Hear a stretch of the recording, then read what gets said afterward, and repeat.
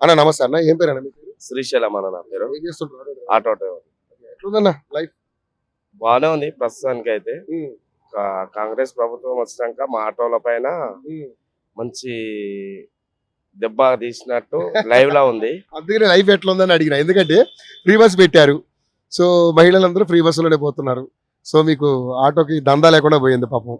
ఏమీ లేదు, మొన్ననే స్కూల్ ఫీజు కట్టాలంటే అప్పు 3 months హాలిడేస్ వచ్చినాయి, అప్పు చేసినాము.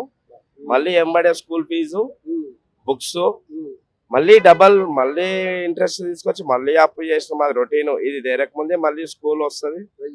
జీవితం అది డైలీ ఫైనాన్స్ తీసుకొని కట్టకైతే తప్పదు. ఇప్పుడు కేసీఆర్ ఉన్న 10 years అసలు పైసా లోటు అంటే ఏందో మాకు తెలియదు వాస్తవానికి. ఈ 2-3 years నుంచి అయితే సర్వనాశనం అయిపోయినామన్న రోడ్డు మీద. ఘోరాది ఘోరంగా అసలు జనం ఎక్కట్లేదా? లేడీస్ గానీ ఎవరో అస్సలు కూర్చున్న వాళ్ళు దిగి బస్కి వెళ్ళిపోతారన్న, పక్కనే బస్ స్టాప్ అంతా బస్కి వెళ్ళిపోతారు. దిగి వెళ్ళిపోతారు. ఎక్కిన వాళ్ళే మా వాళ్ళు పోతా పోతా ఇక్కడ మధ్యలో దిగేటోళ్ళే మా వాళ్ళు. అక్కడ మెహదీపట్నం సిటీ. మరి ఆటో డ్రైవర్లు ఆదుకుంటామని అన్నారు. వాళ్ళు ఏం ఆదుకుంటారు అన్న, మన ఆదుకోకపోయినా బాధలేదు మాకు. కాకపోతే మా కడుపు మీద కొట్టకు మనం, మా కడుపు మీద కొట్టకు మనం. మాకేం 10 రూపాయలు ఇవ్వమని ఏ డ్రైవర్ 10,000 ఇస్తాయి మిమ్మల్ని ఆదుకుంటాను. వాళ్ళు 10,000 ఇయ్యరు, మా దగ్గర 10,000 గుంజుకోకపోతే చాలు అంతే. మరి గతంలో ఎట్లుండే? గతంలో అంటే అప్పుడు బిజినెస్ మంచిగా ఉండే, కారాబార్ మంచిగా ఉండే. వాళ్ళు ఒక 10 రూపాయలు వాళ్ళకి ఇచ్చినా మాకు బాధ అనిపించింది. అప్పుడు ట్యాక్స్ అంటే ఆ ట్యాక్స్ తీసేసి ట్యాక్స్ తీసేసి ఫోటోలు కొట్టి 1300 1500 ట్యాక్స్ తీసేసి 10,000 అయితే గుంజేసారు అప్పుడు. ఇక్కడ వాస్తవానికి ఫ్రీ బస్ ఏంది, ట్యాక్స్ రో ట్యాక్స్ ఫ్రీ అన్నారు. అయితే మళ్ళీ ఎంబడే ఏమంటారు, ఫోటోలు కొడతారు, 1000 రూపాయలు చాలని ఇయర్లో 10 times కొట్టినట్టే 10,000 మీకు. అవి కట్టకపోతే రోడ్డు మీద బండి ఆపాలి, అవి కట్టిన దాకా బండి ఇవ్వరు. ఉంటది రోడ్ మీద, రోడ్ ఎక్కితే మాత్రం తప్పదు అది. ఇప్పుడు మాకు ఒక్కరికి ఇద్దరికి పోతే మా కడుపు నిండది. సో మరి ఏంటి ఇప్పుడు మరి మళ్ళీ ఒక మంచి అంటే మీరు అనుకుంటున్నారు గత ప్రభుత్వం బెటర్ అనిపిస్తుంది, ఈ ప్రభుత్వం బెటర్ అనిపిస్తుంది? మా ఆటో డ్రైవర్లకు అయితే ప్రస్తుతానికి గత ప్రభుత్వమే బెటరు. అంతే కదన్నా. ఇప్పుడు మా కడుపు నిండా కూడా కడుపును కొట్టిందంటే వచ్చే 100 మంది ప్యాసింజర్ 70-80 మంది బస్కే పోతారు. ఇక్కడ 100 మంది ఆటోలు, హౌసింగ్ బోర్డు 100 మంది ఉంటారు, కుకట్పల్లి 100, బాలనగర్ 100, ఒక 600-700 ఫ్యామిలీలు ఈడ ఆటో ప్యాసింజర్ పైన ఉంటది. నీకు జేఎన్టీ హౌసింగ్ బోర్డే ఉంటాయి అన్న 500 ఆటోలు.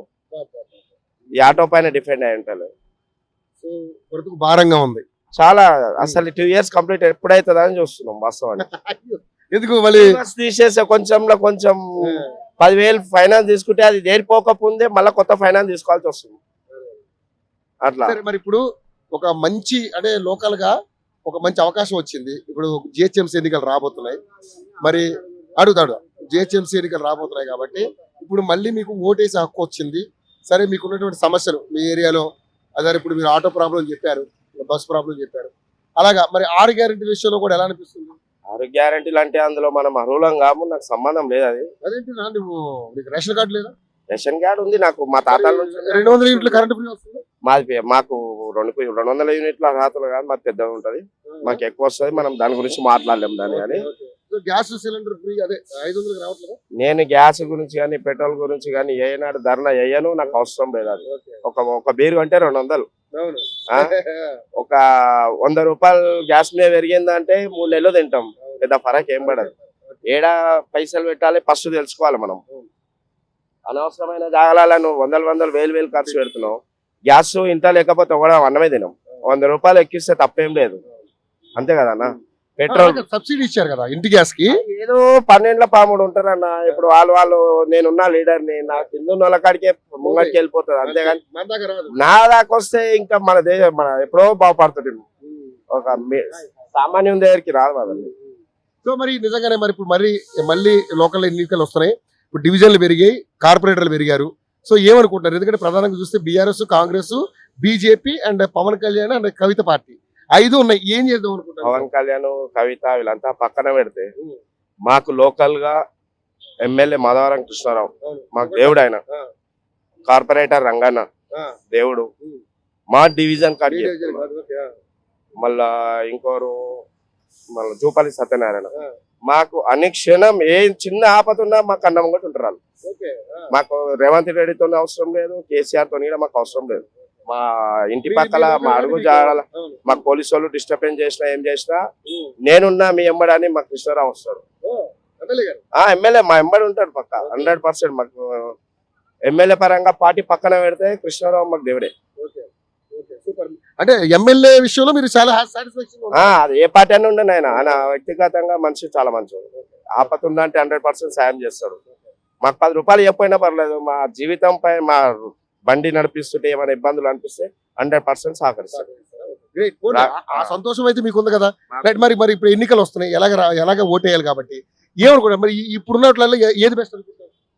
నేను మా కాన్సెన్స్ అది ఏమున్నా మేము కృష్ణరావుకి ఈ లోకల్ గా బీఆర్ఎస్ అది ఏ పార్టీ. మరి బీజేపీ కూడా అప్పుడు అంటే సెంట్రల్ పరంగా వస్తే మా ప్రాణం ఉన్నంత వరకు బీజేపీకి వేస్తా. నేనేస్తా తెలంగాణలో నాకు అవసరం. నేనేం చెప్తున్నా సెంట్రల్ పరంగా స్టేట్ పరంగా అంటే మా క్యాండిడేట్ బాగున్నాడు కాబట్టి జూపాలికి వేస్తా, కృష్ణరావుకి వేస్తాం. ఆయన తప్పుకుంటే వేరే వాళ్ళు వస్తే బీజేపీ, ఆయన లేకుంటే వేరే వాళ్ళు వచ్చినా బీజేపీకి వేస్తాం. నా పర్సనల్ అది. నేను నా ఫ్యామిలీ నా పిల్లలు అందరు బీజేపీకి వేస్తాం. అది గెలవని ఓడని అంతే నా ఆశ. మరి ఇప్పుడు ఈ మధ్యన ఈ దొంగ ఓట్లు తీసే కార్యక్రమం వచ్చిందన్న ఎస్ఐఆర్, అది మంచిదా కాదా? 100% మంచిదే. కాకపోతే పబ్లిక్ అవగాహన తెలవడానికి టైం పడుతుంది. ఇప్పుడు ఎట్లా అంటే కొందరు నేమ్ కరెక్షన్స్ ఉంటాయి, అవన్నీ ఉంటాయి, చిన్న చిన్న డిస్టర్బెన్స్ ఉంటాయి. అసంటి విషయంలో కొంచెం టైం పడుతుంది. కొందరి 100లో 80 మంది ఉన్న అంటే రిజెక్ట్ ఓట్లు పోయిన తర్వాత ఎగ్జాక్ట్లీ ఉన్న ఓట్లలో 20 మందికి ఇబ్బంది అవుతుంది పక్క. అలా ఓటు ఒకటే ఉన్నా సరే వాళ్ళది కూడా తీసేస్తారు. ఎందుకంటే చిన్న చిన్న మిస్టేక్స్, స్పెల్లింగ్ మిస్టేక్స్ చాలా పకడ్బందీగా ప్లాన్ గా చేయాలి. ఫస్ట్ వాళ్ళు దీన్ని ముంగటికి తీసిన వాళ్ళు కరెక్ట్ ఉంటే సెట్ అయిపోతాయి. మాసం గరీబోలో మిడిల్ స్టేజ్ వాళ్ళు ఏం చేస్తామంటే భయపడి మేము చేసేసుకుంటాం. మాకు ఒక్కోటికే భయం, ఇంకా 4 కోట్ల కాడికి మాకు ఇంకా అంతా ఓకే అంతే. అట్లా వేరే 100% సక్సెస్. రోహింగ్యాలు ఎక్కడెక్కడి నుంచి ముస్లిం 100% సక్సెస్ అన్న. ఇది ఎట్లా అంటే మాకు గుట్ట కాడికే చూస్తే ఏ పండ్ల బండి కాడ మనోడు ఉండడు, ఏ పెట్రోల్ బంక్ లా మనోడు ఉండడు, ఏ షాపింగ్ మాల్ మనోళ్ళు ఉండడు. ఏడ చూడండి నేను ఏ చిన్న గల్లీలలో మార్కెట్లలో చూడు మన లోకల్ ఎవ్వరు ఉండరు, మొత్తం బయట. ఇప్పుడు మనము ఒక 1000 రూపాయలకి ఆశిస్తే వాడు 500కే చేసిపోతుంది. లోకల్లో తిరుగుతూ ఉంటా కాబట్టి అన్ని తెలుస్తున్నాయి. ప్లంబర్, పెయింటింగ్, ఎలక్ట్రీషియన్ వేడికో అన్న. మేమున్నది ఒకటి వైన్స్ కాడ. పొద్దున్న 500 చేసినామా పోయినామా మందు తాగినామా. తెలంగాణలో ప్యూర్ తెలంగాణ వాసులు మెయిన్ ఎంచుకున్న పని ఇదే, మందు. ఇప్పుడు వాడు బయటికి వెళ్ళి వాడికి జీవనోపాధి లేక వీడికి వస్తాడు, 500కైనా వాడు చేస్తాడు, తప్పేం లేదు. ఇప్పుడు మాదేముంది మోతవారి గంటకైనా 1000 కావాలంటాం మేము. లైవ్ చూస్తున్నాం అన్న అట్లా. సో మొత్తానికి అయితే మీ అభిప్రాయం చాలా చక్కగా చెప్పారనా. బట్ ఈసారి ఒక్కసారి బీజేపీకి అవకాశం కోరుకున్నారు. నేను నా ప్రాణం ఉన్నంతసేపు అయితే నేను బీజేపీ అంటాను. కాకపోతే మా లోకల్ గా మాకు ఆపత్ బాంధవ్ లాగా ఎమ్మెల్యే మాధవరం కృష్ణరావు ఉన్నాడు కాబట్టి మేము ఆయనని యాక్సెప్ట్ చేస్తాం. అది నా పర్సనల్ కాదు అట్లా. Thank you so much. Final గా ఆటో డ్రైవర్లు అందరూ కూడా కోరుకుంటున్నారు ముఖ్యమంత్రి రేవంత్ రెడ్డి గారు. అసలు ఇక్కడ అందరూ సోదరులు చూసారుగా, మొత్తం అందరూ కూడా అంటే ఆటోలు ఇక్కడ అడ్డంగా పెట్టుకుని పాపం వాళ్ళు దందాలు చేసుకుంటారు తప్ప వాళ్ళకైతే ఎవరు కూడా. నేను ఇప్పుడే చూశాను, వీళ్ళు ఉన్నారు ఇంకొంచెం లేట్ అయితే బస్సు వచ్చింది అనుకో టక్ మందికి ఎక్కేస్తారు బస్కి. మరి వీళ్ళ పరిస్థితి ఏం కావాలి? ఆ 10,000 ఇచ్చాను ఆదుకోండి. అదేవిధంగా ఈ ఫ్రీ బస్సు లేడీసే కోరట్లే, లేడీస్ కూడా విభేదిస్తున్నారు ఫ్రీ బస్సు. మరి ఆ ఫ్రీ బస్సుని మీరు ఏ విధంగా ఏదో సెటిల్ చేయండి. 10 ఏళ్ళ అధికారంలో ఉంటారని మీరే చెప్పుకుంటున్నారు.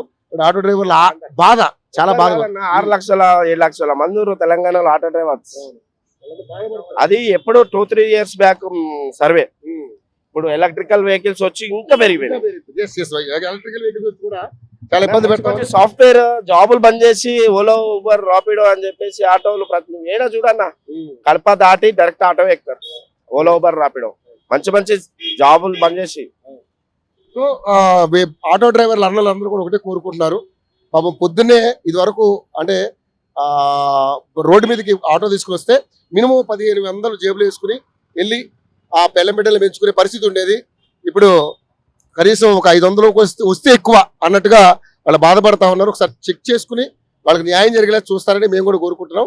ఎందుకంటే ఎలక్షన్స్ రాబోతున్నాయి, మీరు కూడా ఆలోచన చేయమనేది మా విజ్ఞప్తి. ఓటర్స్